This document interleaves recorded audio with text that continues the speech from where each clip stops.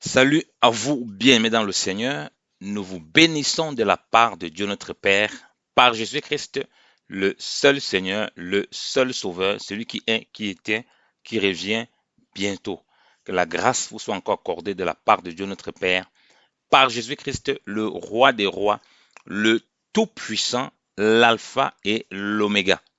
Nous voulons partager encore la merveilleuse parole de Dieu avec vous. C'est votre bien-aimé, l'esclave inutile de Jésus-Christ, le pasteur Yannick, enseignant de la parole de Dieu.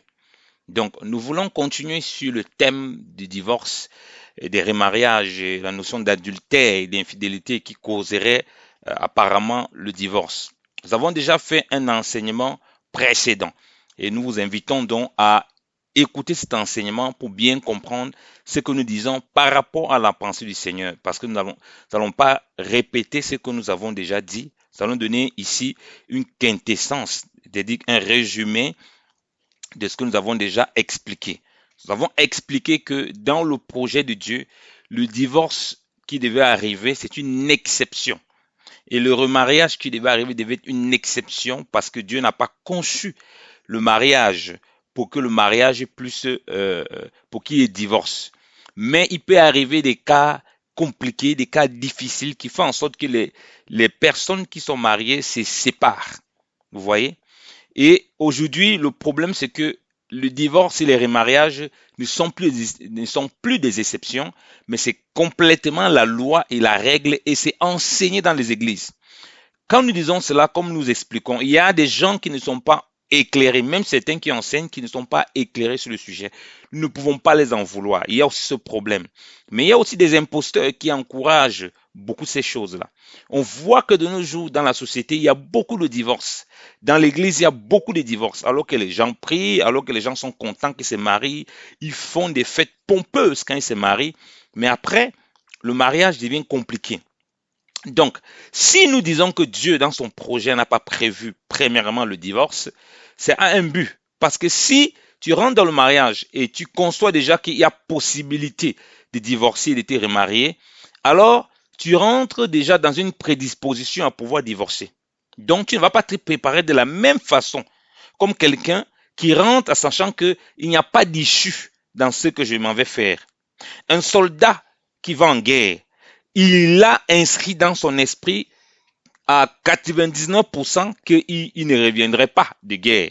Hein, les grandes guerres qu'il y a eu dans le monde, les grandes guerres qu'on appelait guerres mondiales, qui étaient essentiellement en Europe et en Asie, avec la Russie, tout ça, Première Guerre mondiale, Deuxième Guerre mondiale, les gens qui allaient en guerre savaient que on est censé ne pas revenir. Vous voyez? Donc le mariage, quand on s'y engage, comme certains le disent, pour le meilleur et le pire, mais il faut vraiment prendre conscience que c'est ça l'essence du mariage. Voilà pourquoi Adam et Ève, Dieu n'a pas donné deux Adam, il n'a pas donné deux Ève. Lorsque le problème du péché, de la désobéissance s'est présenté devant eux, ils n'avaient pas d'autres alternatives. Si Adam se séparait d'Ève, il devait rester sans avoir de femme. Vous voyez? Si Ève pareillement se séparait d'Adam, il devait rester sans se marier, sans avoir de mari. Donc, ils étaient appelés à se réconcilier. C'est pour ça que dans 1 Corinthiens chapitre 7, le verset 10, quand Dieu parle au travers de Paul, le Seigneur dit que non pas moi. Paul dit de la part du Seigneur, non pas moi, mais le Seigneur, que la femme ne quitte pas, ne se sépare pas de son mari. Et qu'elle se sépare, qu'elle reste sans se marier ou qu'elle se réconcilie. Et là, il dit, c'est vraiment de la part du Seigneur. Donc, comme on a dit, ça peut être des exceptions, les divorces et les remariages. Ça doit être des exceptions. On aura le cas d'aborder ces exceptions. Mais nous voulons d'abord rester dans l'esprit pour vous préparer au mariage. Et vous qui avez connu des mariages, ou vous qui avez été enseigné, ou bien vous qui pensez que c'est normal, ou bien qui donnez des conseils aux gens, les encourageant à divorcer, ce n'est pas bon. Parce que ce n'est pas la voie primaire du Seigneur. Vous voyez? Comme on a pris le cas d'Adam et Ève, qu'ils étaient que deux. Dieu n'a pas fait les choses au hasard. Le péché est arrivé, ils ont perdu le jardin d'Éden. Vous vous imaginez? Le grand jardin où Adam a donné les noms des animaux. Il a vu des choses merveilleuses. Il a perdu ça. Il aurait pu continuer à accuser la femme, puisque devant Dieu, il a accusé la femme. Que c'est la femme que tu m'as donnée là. C'est elle. C'est elle qui m'a mis dans ces problèmes-là. Mais il s'est retrouvé hors du jardin avec cette même femme. Il devait composer avec. peu importe comment ils pouvaient voir la chose, ils devaient composer avec. Peut-être ils sont restés un moment en froid à cause de tout ce qu'ils ont perdu, les uns les autres, mais un moment ou l'autre, ils avaient compris qu'on ne peut pas faire sans l'autre. Vous voyez? Donc ça, c'est la pensée primaire du Seigneur. C'est pourquoi dans Matthieu chapitre 19, que nous avons développé, nous avons bien expliqué que le Seigneur a ramené les gens au commencement. Au commencement. Voilà ce qui est au commencement et que c'est ça que Dieu veut. Or, Christ est le commencement. Et on a lu encore 1 Corinthiens chapitre, on a lu Marc 10, on a vu que le Seigneur a dit aux disciples que non, si l'homme ne se sépare, il se marie, il a commis un adultère. Pareil pour la femme. On a vu qu'il a mis les deux cas. Or, la confusion dans la compréhension de la notion du mariage et des divorces et des remariages vient du fait qu'on lit les écrits de Christ et on ne comprend pas profondément ces écrits. J'ai dit Christ pendant le jour de son ministère, notre Seigneur Jésus-Christ, parce que Christ est né sous la loi. Donc, il abordait beaucoup de choses qui étaient dites sous la loi. Ce n'était pas encore la dispensation de la grâce. Pourquoi? Parce que le Messie, comme il a dit à la femme samaritaine dans Jean chapitre 4, lui, il vient apporter l'intelligence, il vient expliquer les choses. Tu vois un peu? Le Messie vient donner la profondeur de la loi, des choses qui doivent être faites et comment on doit faire pour comprendre la pensée de Dieu.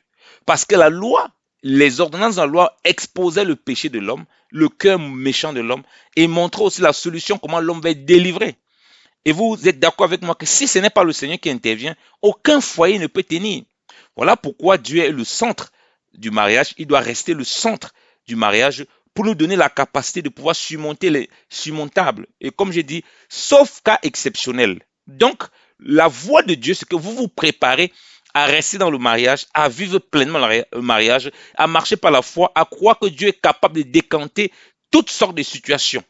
Maintenant, il peut permettre des cas où la femme se sépare parce que tu es un homme hyper violent, tu es un homme qui ne s'occupe pas bien de sa femme, et l'Église va travailler aussi à faire sortir cette femme. Ça, c'est la séparation. Mais une fois qu'elle s'engage avec un homme, une fois que vous engagez avec un homme ou une femme, vous ne savez pas ce que la femme là peut faire demain. Donc, si vous n'êtes pas prêt à aller jusqu'au bout, vous allez toujours trouver des raisons pour vous séparer. Voilà pourquoi le Seigneur a corsé les choses pour nous montrer en réalité que même étant sous la loi, quand il est venu expliquer la notion du mariage, de séparation, il a rendu la chose encore plus difficile. Il a rendu la chose alors impossible à faire. Vous voyez? C'est pourquoi nous lisons Matthieu chapitre 5, qui est utilisé par beaucoup aussi pour justifier cela. On a compris que Matthieu chapitre 19 et Marc chapitre 10, le Seigneur a clairement expliqué, jamais il n'encourage les divorces et les remariages, sauf cas exceptionnels, notamment à partir du divorce. On parle ici des personnes qui sont converties, qui connaissent le Seigneur. On ne parle pas des relations, on aura l'occasion de parler des relations de non-convertis et convertis, ou bien des relations de quelqu'un qui avait connu le mariage avant de connaître le Seigneur. On ne parle pas de ces cas. On vous parle du cas général, fondamental. Voilà le projet de Dieu, c'est que l'homme s'est marié avec sa femme, les deux restent heureux éternellement. Et que s'ils veulent, parce qu'il y a un problème trop compliqué, se séparer, ben ils restent. Ils donnent la possibilité parce qu'il y a des cas, comme on dit, compliqués. Un homme qui maltraite, qui tabasse sa femme, qui est prêt de la tuer, jamais il ne peut pas rester dans ce foyer. Il faut sauver la vie de cette personne en essayant de ramener la personne, le mari violent, à la raison, à la repentance. Pareil pour une femme qui va menacer son mari, qui va lui donner des paroles diaboliques, qui va essayer de l'étouffer, de le détruire. Il faut que cette personne puisse se séparer en espérant que cette femme retrouve les bons sentiments en Christ et qu'elle soit délivrée de cet esprit pour qu'il se remette avec cette femme. Voilà le schéma de Dieu principalement. Vous voyez? Maintenant, dans Matthieu chapitre 5 qui est parfois lu, on va aussi expliquer ça pour montrer que le Seigneur, la façon dont il présente les choses, il explique sous la loi. Il n'y a pas moyen, au fait, de s'échapper, de trouver une excuse selon la chair. Oui, je ne supporte plus le mari, je supporte plus ma femme, elle est comme ça, comme ci, comme cela, pour quitter. Surtout la question d'adultère que les gens veulent souvent prendre et brandir. Alors que on voit que beaucoup de mariages, aujourd'hui les gens divorcent beaucoup, ça n'a rien à voir avec l'adultère, ça n'a rien à voir. Les problèmes d'humeur, les problèmes financiers, les problèmes que la femme veut s'occuper de sa famille, le mari ne veut pas, les problèmes d'intimité parce que l'homme n'est pas soi-disant performant ou bien la femme est ceci, cela. Il y a plein de problèmes. En tout cas, dans l'œuvre, on voit tellement de problèmes que les couples ont qui n'a rien à voir avec la notion d'infidélité ou bien d'adultère d'une quelconque façon. Il y a trop de problèmes. Le problème d'ego, hein, les problèmes de concurrence même parmi les conjoints. Il y a trop de choses, ok, les problèmes d'orgueil qui détruisent les foyers. Hein. Il y a une concurrence féroce, ok. Donc, le problème de soumission, le problème d'amour, de manifester de l'amour, il y a trop de choses aujourd'hui qui détruisent, qui ravagent le foyer. Et parmi les chrétiens, ces choses les ravagent aussi. Parce que, comme j'ai dit déjà, ils n'ont pas compris que le mariage, on se voit comme un soldat qui va en guerre et qui va y laisser sa vie. Il peut sortir là-bas vivant, mais comme il peut sortir avec beaucoup de blessures, donc il doit être prêt à prendre des coups. Les gens ne veulent pas prendre des coups. Quand ça devient difficile, il abandonne le foyer. Il ne veut pas qu'on lui donne des conseils. Vous voyez? Et on va donc trouver des versets dans la Bible et essayer de se consoler car oui, trouver où la femme s'était mal comportée avec le mari, donc du coup, il trouve une excuse pour dire que non, le Seigneur me permet de divorcer. Jamais. Ça ne se passe pas comme ça. Si tu te sépares, peu importe quel défaut tu as vu sur ta femme, tu décides de quitter. Si tu es dans le Seigneur, vous les deux dans le Seigneur, même si elle n'est pas dans le Seigneur, tu quittes, tu restes comme ça, tu ne te maries pas. Voilà le fondement du Seigneur. Parce que comme je dis, le divorce et le remariage devaient être une exception. Vous voyez? Alors, lisons Matthieu chapitre 5. Bon, comme j'ai dit, ceux qui m'aiment les serviteurs de Dieu, parce qu'il y en a qui n'ont pas été éclairés, il y en a qui n'ont pas compris ça, qui ont connu des erreurs. Je ne condamne pas les gens qui étaient dans l'ignorance, quoique on n'est pas censé être vraiment dans l'ignorance, mais on doit tenir compte de ça. La Bible dit beaucoup par la bouche de Paul. Paul dit, je ne veux pas que vous ignorez ceci. Je ne veux pas que vous soyez ignorants. On voit même Moïse, pour ceux qui veulent justifier par Moïse, surtout ces serviteurs de Dieu qui veulent encourager le divorce et les remariages. Moi, je ne sais pas comment vous faites pour les écouter. De telles personnes, il faut, et qui disent qu'ils ont été éclairés, que Dieu les a parlé. Certains disent même qu'ils ont la grâce du divorce. De telles abominations. Et les chrétiens continuent à écouter les soi-disant serviteurs-là, les soi-disant hommes de Dieu comme ça. Vraiment du n'importe quoi. Si c'est quelqu'un qui est humble, qui reconnaît que en réalité, ce n'est pas le chemin véritable de Dieu et qui ne se glorifie pas de ça, alors là, on peut voir que oui, c'est quelqu'un qui a compris, qui était éclairé. Mais quelqu'un qui est content de ça et qui encourage même, mais non, il y a un problème. Donc, ce n'est pas la voie royale du Seigneur. Ce n'est pas la voie par excellence. Comme j'ai dit, une exception vient pour confirmer une règle. Une exception ne devient pas une règle et une loi elle-même. Autrement, on n'est plus dans les voies du Seigneur, on est dans la dérive. Et le monde est en pleine dérive aujourd'hui. Matthieu chapitre 5. Que nous dit le Seigneur? Il dit ceci, à partir du verset 31. Il a été dit que celui qui répudie sa femme lui donne une lettre de divorce. Mais moi, je vous dis que celui qui répudie sa femme, sauf pour cause d'infidélité, l'expose à devenir adultère, et que celui qui épouse une femme répudiée commet un adultère. Vous voyez ce que le Seigneur dit? Vous voyez bien que ça, c'est la loi. Il dit bien, il a été dit. Il dit bien que selon la loi, c'est ça. Parce que quand Jésus-Christ fait le sermon sur la montagne, il lui a parlé beaucoup de choses de la loi, beaucoup de choses aussi de façon générale de la dispensation, de la grâce, donc de façon générale qui se retrouve dans tout, que tu sois sous la loi ou pas sous la loi, que tu sois dans la dispensation de la grâce, ça s'applique. Mais il va aussi toucher les choses de la loi. Il dit bien, il a été dit. Et c'est quoi? Et c'est écrit dans Deutéronome chapitre 22 que l'homme, s'il voyait un défaut, peu importe le défaut, il pouvait donner la lettre de divorce. C'est pourquoi le Seigneur dit ici qu'il a été dit que celui qui répudie sa femme lui donne une lettre de divorce. Il n'a pas dit, le Seigneur n'a pas noté ici la cause de pourquoi le monsieur donne la lettre de divorce. Parce qu'il pouvait décider et il trouve n'importe quelle excuse et il donne la lettre de divorce à sa femme. Mais le Seigneur vient rajouter quelque chose. Vous voyez que c'est l'homme qui pouvait répudier. Voilà pourquoi vous ne pouvez pas prendre déjà ces textes pour essayer de justifier que vous voulez quitter le foyer. Quitter le foyer, c'est un sentiment lorsque on ne tient pas. C'est un peu comme même dans les assemblées. Quelqu'un a un problème avec quelqu'un, avec une autre personne, il a envie de quitter. Le sentiment de séparation, de division anime l'homme et c'est un sentiment, c'est ce que le péché a créé chez nous.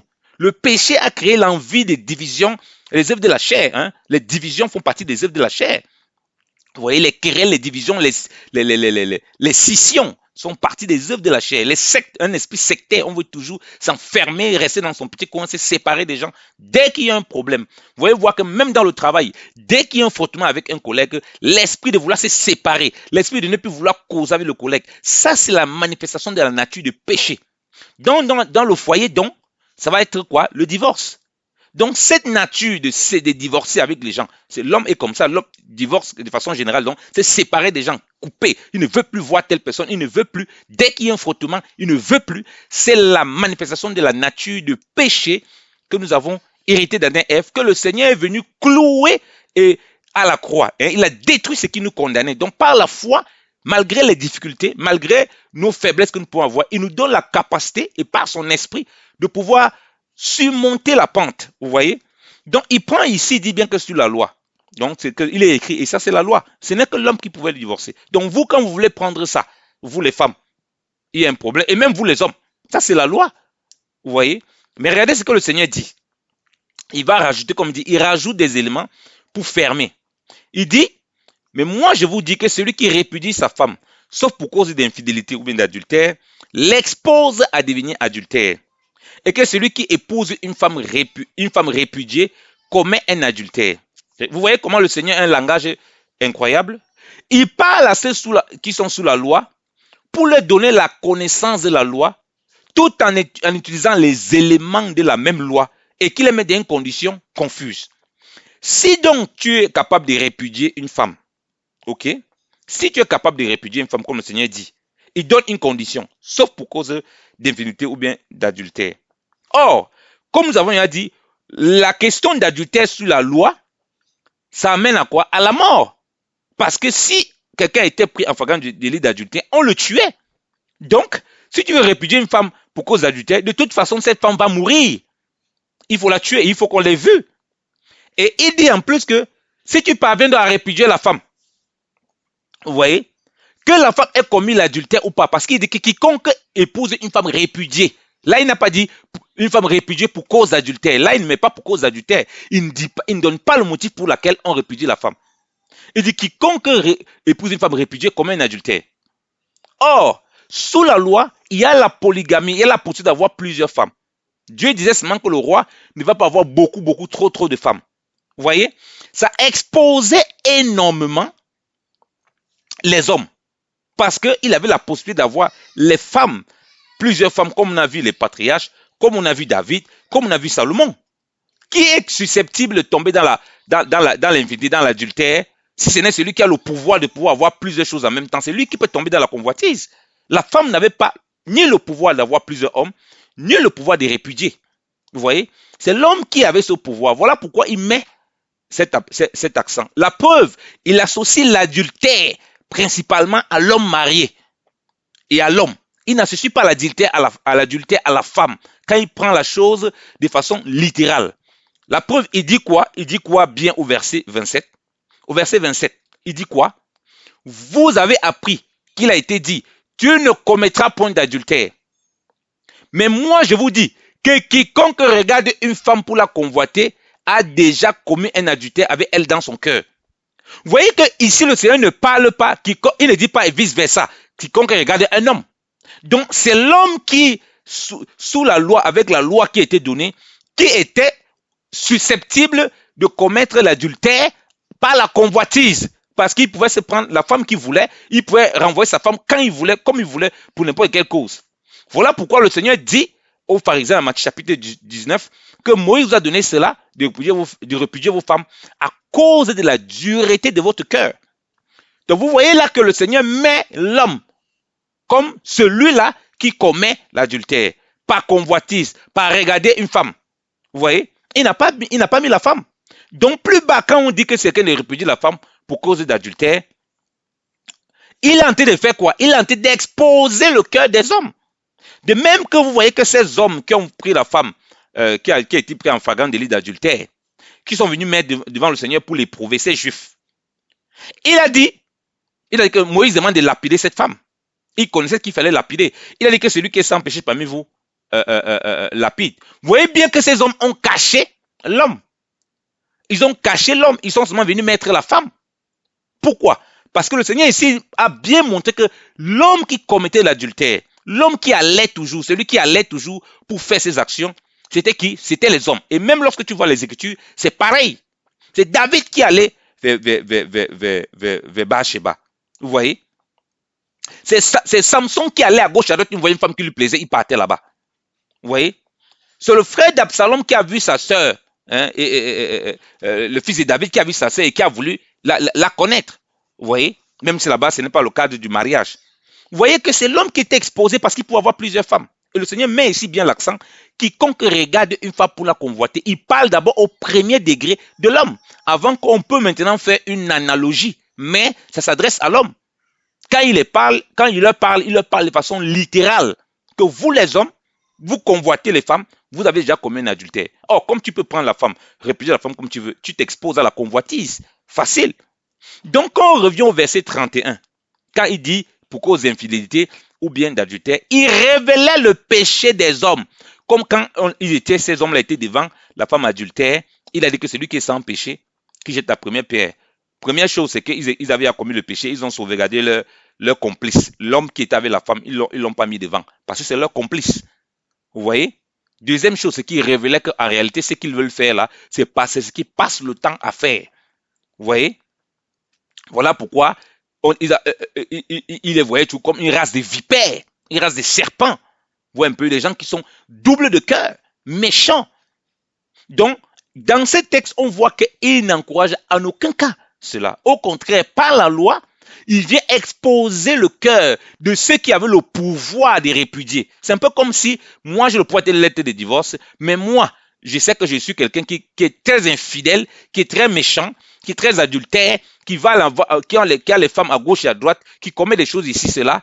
Quand tu viens dire non, Yannick, tu n'as pas le droit, tu ne dois pas donner à la femme. Si tu veux donner à la femme, c'est pour cause d'adultère. Tu es en train de me renvoyer au visage. En réalité, c'est ce que je fais dans le privé, dans le secret. Tu révèles en fait ma vraie nature. Donc moi, quand tu vas me dire ça, ça va m'effrayer.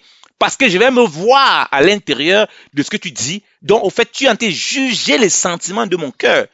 Et tu vas plus loin, sachant que je peux prendre une femme, je l'épouse, mais si j'épouse une femme qui a été répudiée, je commets un adultère, puisque ce qu'il a lu dans la loi. L'homme pouvait répudier la femme. Et la femme pouvait aller avec quelqu'un. La loi te donnait le droit de prendre une femme qui a été répudiée. Elle a sa lettre de divorce, donc j'ai été répudié, tu peux la prendre. Mais Christ vient dire que non, tu ne peux pas prendre une femme qui est répudiée. Peu importe la raison. Parce qu'il a dit la femme qui est répudiée, il n'a pas dit pour quelle raison. Il a mis l'homme, il dit que oui, pour cause d'adultère, tu peux la répudier. Mais on sait bien qu'il a mis avant que celui qui regarde, qui convoite seulement, il a commis l'adultère. Et on sait que l'adultère, ça donne la mort. Donc en réalité, cet homme-là, c'est son propre péché qui est mis en avant. C'est lui qui est exposé. C'est lui qui est en danger. Vous voyez? Donc, il n'encourage pas ça. Et maintenant, vous voyez que si on part plus loin, qu'on revient dans 1 Corinthiens chapitre 7, verset 10, quand il parle que la femme ne doit pas quitter son mari, et si elle le fait, qu'elle reste sans se marier ou bien qu'elle se réconcilie. Beaucoup de gens dans des foyers ou bien qui veulent se marier, qu'est-ce qui se passe? C'est que des femmes essaient de tuer leur mari parce qu'ils se disent, ah, la Bible dit, si elle ne se sépare ou elle se réconcilie, mais si le mari est mort, alors elle peut se remettre. Non, pas dans ces conditions. Quand le Seigneur nous dit que quiconque, donc dans 1 Corinthiens chapitre 7, verset 10, que la femme se sépare ou elle ne se remarie pas, qu'elle se sépare ou elle se réconcilie, et si elle ne veut pas se réconcilier, qu'elle reste demain sans se marier, il n'a pas dit que si elle se sépare de son mari, alors le mari peut mourir et puis elle va se marier. Non. Si elle se sépare du mari, elle attend qu'il meure, elle est en train de le tuer. Il n'a pas donné cette option. Cette option que le mari meure, elle peut se marier, c'est uniquement pour une femme dont qui est dans le foyer, et puis ça c'est pas le mari est mort, et puis voilà, naturellement, et puis elle peut se marier. Pas pour une femme qui a décidé de pourrir volontairement le mariage, parce qu'il y a des hommes, la femme a quitté, mais la vie bascule et puis il meurt. Et l'espérance de vie diminue drastiquement parce qu'une partie de la séparation est très difficile. Vous voyez? Ou bien maintenant, on regarde un cas. Le cas où une femme encore peut se marier, où le mari meurt, et elle peut prendre un autre, c'est un homme qui est violent. Comme Abigail. Vous voyez? Son mari était un homme violent. Le Seigneur n'a pas permis qu'il continue à vivre et elle pouvait se marier avec un autre homme. Vous voyez? Si tu as un mari qui est violent, un mari qui va à ta vie, parce que ça, c'est le cas de divorce que Dieu peut permettre. Tu te sépares, mais tu ne te maries pas. Dieu, maintenant, peut le punir et il meurt. Comme on a vu les fils de Judas, comme on a vu Onan aussi, qui étaient des gens qui commettaient des choses abominables, Dieu les a tués pour que la femme soit libre. véritablement libre. Vous voyez? Donc une femme ne peut pas être là, elle ne veut pas du mariage. On fait tout pour arranger pour arranger le mariage. Le mari veut qu'on arrange, elle refuse, elle s'éloigne du mariage, elle sort du mariage, elle se rébelle. Pareil pour l'homme, il se rébelle, il ne veut rien. Il attend que sa femme meure. Ou bien la femme, généralement c'est les femmes, elle attend que le mari meure, que maintenant qu'il est mort, je peux me marier. Parce que la Bible dit que la femme demeure liée à son mari aussi longtemps que celui-ci est vivant. Mais ça, c'est la condition de ceux qui sont sous la loi. Sur la grâce, pour que ce soit possible, il faut que tu rajoutes 1 Corinthiens chapitre 7, verset 10. C'est-à-dire que si tu te sépares, tu restes sans te marier. Donc, pour que la condition là soit valable, que tu te maries si le mari meurt, il faut que ta vie soit en danger et l'homme ne veut pas du tout se repentir. Là, c'est Dieu lui-même qui permet qu'il se sépare. Et pour que toi, tu puisses avoir la liberté. Pas pour que toi, tu pries pour que le mari meure. Pas pour que tu quittes, parce que tu sais qu'en quittant, il va sombrer psychologiquement et mentalement et puis il va partir. Donc, quand vous allez dans le mariage, si vous voulez aller dans le mariage, bien aimé dans le Seigneur, c'est un chemin sans retour. Si on ne vous prêche pas l'évangile comme ça, vous comprenez pourquoi les gens divorcent tant et se remarient. Et ça ne résout pas le problème. Parce que si tu n'as pas été capable de tenir un foyer actuel, tu ne pourras pas tenir le foyer qui vient. Tu vas toujours trouver un défaut chez un homme ou chez une femme. Le mariage, c'est on y laisse du soi. Tu peux voir des défauts chez ton mari, des défauts chez ta femme. Tu dois la supporter, tu dois la porter en prière, tu dois l'accompagner, bien aimé dans le Seigneur. Et c'est là où on doit se soutenir, et c'est là où on doit faire confiance au Seigneur. Mais chercher des versets dans la Bible pour justifier ta forfaiture, il y a un problème. Si ta femme n'est pas dans le Seigneur, ça c'est autre chose. Si elle part, la Bible traite ce cas-là. On va aborder ces cas. Comme je dis, on va aborder même des cas qui ont été mariés dans le monde, tout ça. Est-ce qu'ils ont le droit de se marier ou bien davantage? Ces cas exceptionnels aussi qu'on pourra partager. Vous voyez bien dans le Seigneur. On va aborder ces cas. Mais je tenais vraiment à conclure ça avec ce Matthieu chapitre 5. Parce que ce Matthieu chapitre 5 est tellement mal expliqué aux gens. Et les frères te disent que non.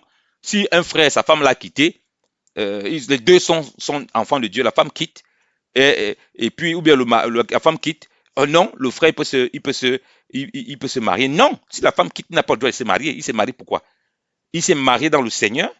Si la femme quitte, il faut qu'il reste comme ça sans se marier.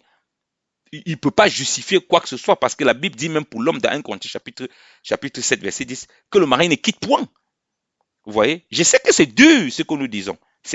Mais il faut vraiment le prendre par la foi. Maintenant, je ne suis pas là pour juger les gens de ce qu'ils font, de comment ils vont se comporter. C'est le Seigneur vous-même qui jugera. Mais comme je dis, si on n'a pas été capable de tenir un foyer, ce n'est pas le deuxième foyer ni le troisième foyer qu'on va pouvoir tenir parce que ça reste des hommes avec des défauts et des qualités. Donc, voilà ce que moi je tenais à vous dire concernant ce second point sur la notion de divorce et de remariage, que fondamentalement, le Seigneur n'a jamais enseigné ça, même durant son ministère. Il a pris la loi, il a expliqué la loi, il a plutôt corsé, il a plutôt endurci ce qui était de la loi pour faire comprendre que, pour exposer le cœur de l'homme qui avait le pouvoir, un grand pouvoir de répudiation, un grand pouvoir de se séparer de la femme, et pour faire comprendre que le cœur de l'homme, de façon générale, il est mauvais, il est endurci, nous les humains, voilà pourquoi nous faisons ça, voilà pourquoi au moment on ne tient pas. Et c'était pour que les gens ils prennent conscience de l'importance du mariage et qu'ils reviennent au commencement. Nous allons aborder aussi les autres cas compliqués, et j'ai commencé à aborder le cas aussi de ceux-là qui sont mariés et qui croient qu'ils peuvent se séparer et ils vont rester dans leur coin, et la femme ne veut plus entendre parler du mari, ou bien le mari ne veut plus entendre parler de la femme, il continue à vivre dans son coin, il attend que la femme meure, ou bien elle attend que le mari meure de chagrin, et puis elle va prendre un autre homme, alors qu'elle n'a rien fait pour sauver son couple. Dieu n'est pas d'accord, parce qu'il a dit que si tu te sépares, tu ne te maries pas, sinon tu te réconcilies avec ton mari. Donc, s'il est mort, tant pis pour toi. Tu ne peux pas venir lire après dire les Écritures pour dire que aussi longtemps que dans 1 Corinthiens chapitre 7 toujours, ou bien dans Romains chapitre 7, aussi longtemps que le mari est vivant, la femme demeure liée à son mari. Alors que toi, tu n'es plus lié à ton mari depuis, tu es sorti de la maison. Tu es encore lié avec quoi?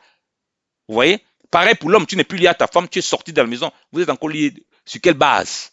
Vous êtes encore lié sur quelle base? Vous voyez? Le mariage, ce n'est pas une histoire seulement d'intimité. Hein. Il y a donc de la chambre de sexe. Il y a tout. Il y a l'âme, il y a les blessures, il y a toutes ces choses qu'il faut construire, bâtir. Donc, bâtissez dans le Seigneur. Craignez le Seigneur. Si vous avez une femme rebelle, vous avez un mari rebelle, pliez les genoux auprès du Seigneur. Criez à Dieu pour la vie de votre partenaire dans le foyer. Si elle pratique même la sorcellerie, s'il pratique même la sorcellerie, vous êtes marié, vous avez déjà accepté. Quand vous mariez, vous ne vous voyez pas que c'est un sorcier. Vous étiez bien content, vous avez bien profité en lune de miel. Vous avez envoyé les mots les plus doux et les plus mielleux qui existent. Pourquoi maintenant qu'il y a un problème, il y a un passé qui va te dire, il va chercher la petite bête chez ta femme, il va chercher la petite bête chez le mari, il dit que oui, ça c'est une cause d'infidélité, elle a fait des choses dans sa famille, elle n'est pas informée, donc elle était infidèle. Pareil chez l'homme. Donc, toutes sortes de causes et des raisonnements bizarres pour vous encourager à ne pas demeurer dans le Seigneur. Rentrez dans le mariage ou bien préparez-vous en sachant que le mariage, c'est une institution divine, c'est le mystère de Christ et de l'Église qui est révélé. Ok, donc c'est comme ça qu'il veut qu'on le vive. Les autres cas là, c'est des exceptions. Elles sont là pour confirmer la règle, pour nous montrer à quel point c'est difficile, parce que Dieu aussi tient compte des cas difficiles où il faut faire quelque chose. Et comme j'ai dit, j'ai cité le cas des femmes qui sont maltraitées, qui peuvent être maltraitées dans le foyer. Généralement, elles subissent aussi ça, où il faut une séparation pendant un moment. C'est pas possible. J'ai expliqué le cas où la femme, où on essaie de réconcilier, mais il y a quelqu'un qui est têtu, qui ne veut rien entendre, qui ne veut pas se repentir. Mais là, on peut rien faire. Là, il faut séparer parce que la vie, l'équilibre émotionnel, psychologique, mental de l'âme, de l'esprit de l'autre partenaire est important. On ne peut pas le laisser entre les mains d'un voyou ou bien d'une voyelle, comme certains disent souvent, donc d'une femme sorcière. La Bible dit que la femme querelleuse est dangereuse. Ouais, la femme querelleuse, c'est un danger. Hein? Il ne faut pas vivre avec même toi qu'une femme querelleuse. C'est pareil pour un homme violent. La Bible dit de ne pas fréquenter un homme violent.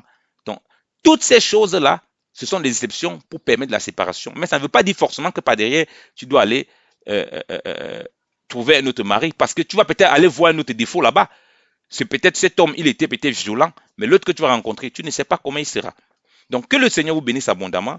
Nous allons continuer dans cette série pour vous expliquer, et nous avons voulu finir sur Matthieu chapitre 5 pour vous expliquer que ça reste dans la même lancée que Matthieu chapitre 19 et Marc chapitre 10 et 1 Corinthiens chapitre 7 verset 10, et que c'est la même chose que le Seigneur a dit. Il a fait que donner des précisions claires pour nous faire comprendre que ce n'est pas la voie royale, la voie du divorce, la voie du remariage. La voie royale, c'est la voie de l'esprit, du pardon, de prier et de croire que Dieu est capable de changer, de rester avec son partenaire et de glorifier Dieu, sauf cas exceptionnel.